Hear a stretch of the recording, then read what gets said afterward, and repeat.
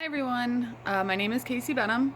Um, I am a Kratom consumer and advocate, and I'm just making this video to, I don't know, I guess put a face and a little bit of a story to us, Kratom consumers and advocates, and the people that the FDA and the DEA are trying to criminalize currently.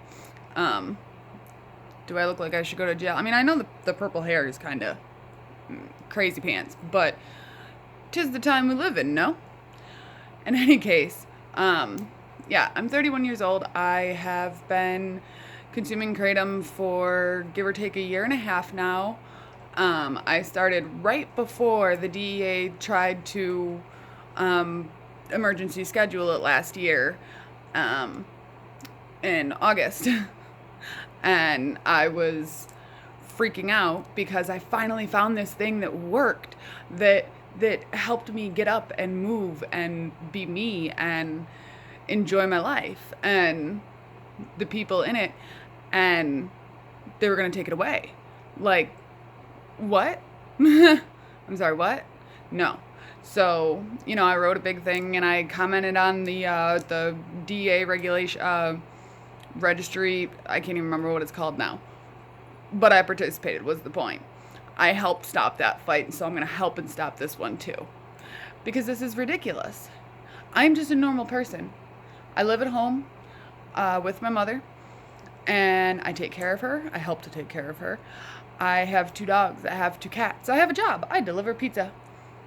Not what I really thought I would be doing at 31. But after being laid up for 6 years, I'll take what I can get. It's fun, it's easy, and I make good money. I don't know if I should say that. By the way, this is not, if you know me, this is not something I like doing. I don't like putting my face out there for the whole entire world to see. This is terrifying. If you have Facebook, Twitter, God, internet, you're going to be able to see my face and know my story.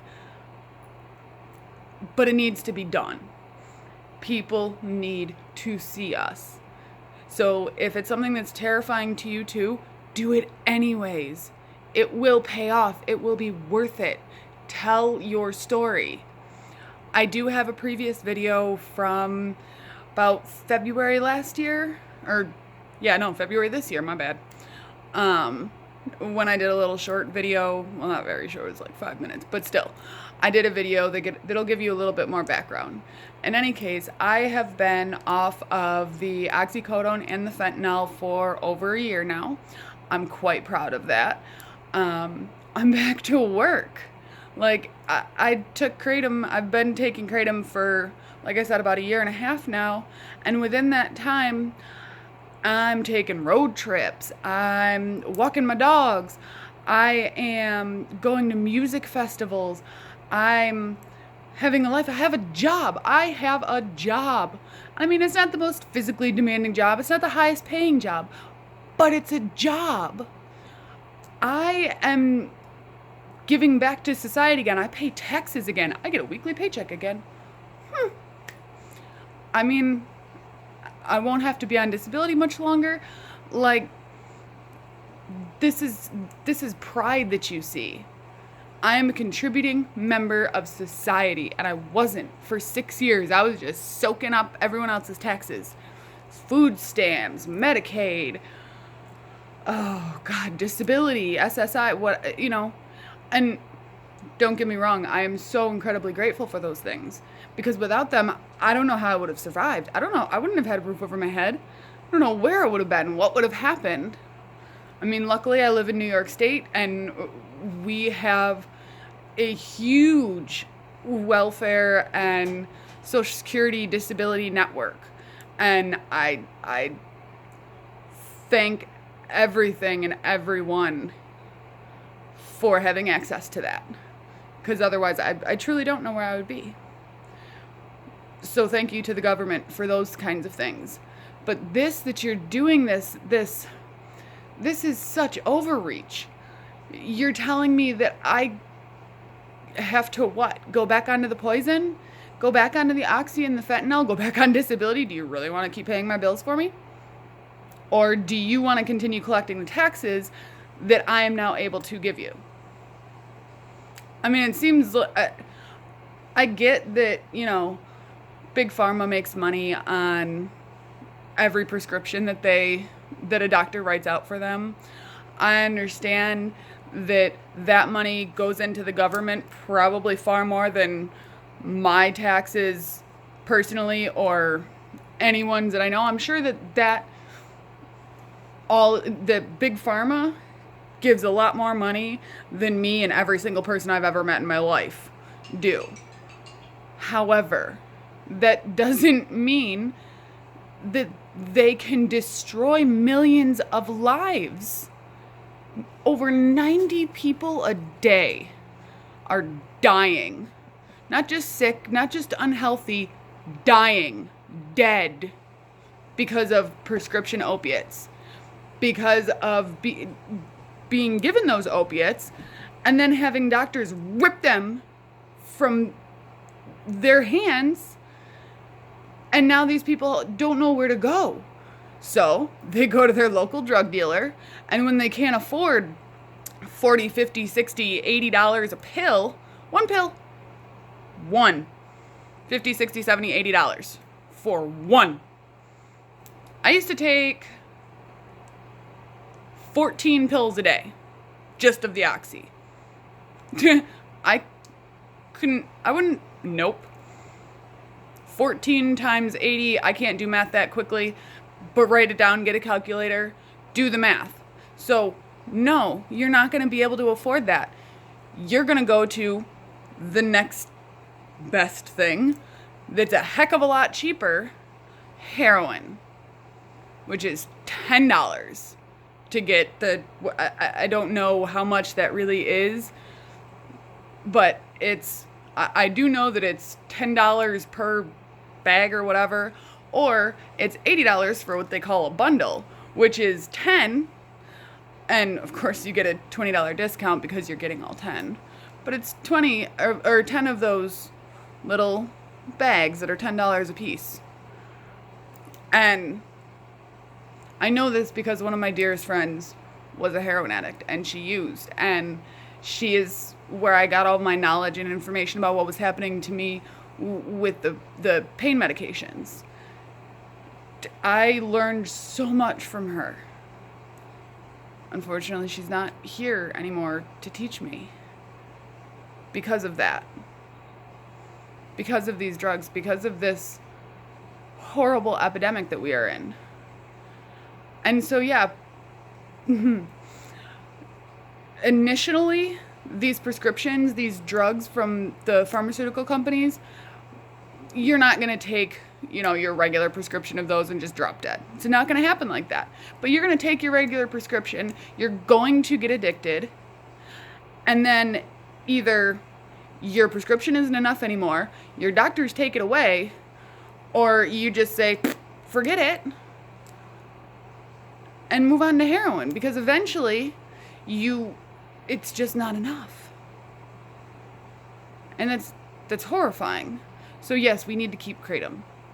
Kratom needs to be available not just to me or to the friends and family that I have introduced it to, but to everyone, to anyone, should they so choose that they don't want to go down that path anymore. Because methadone, Suboxone, naloxone, Narcan, all that stuff. I could talk for hours about why those things are just as bad as the drugs they're getting people off of, but I don't have time for that right now. But they are, if not worse. Suboxone's worse. Twice as addictive, half the time. Kratom will do the same job, only safely and comfortably. You're never going to make the whole withdrawal go away. And if you do, if you make those side effects go away, you're doing it wrong. You don't ever want to not feel these things. Your body needs to feel these things so it can understand that what's happening to it is bad. You need those feelings. Our bodies feel pain, stress, anxiety, depression, all of these things for a reason. They exist for a reason. do not make them go away. Instead, find something that works for you, that helps you tolerate these things better. My pain's not completely gone. I had my disc herniated 3 times. I demolished my sciatic nerve. That pain's never going to go away, ever.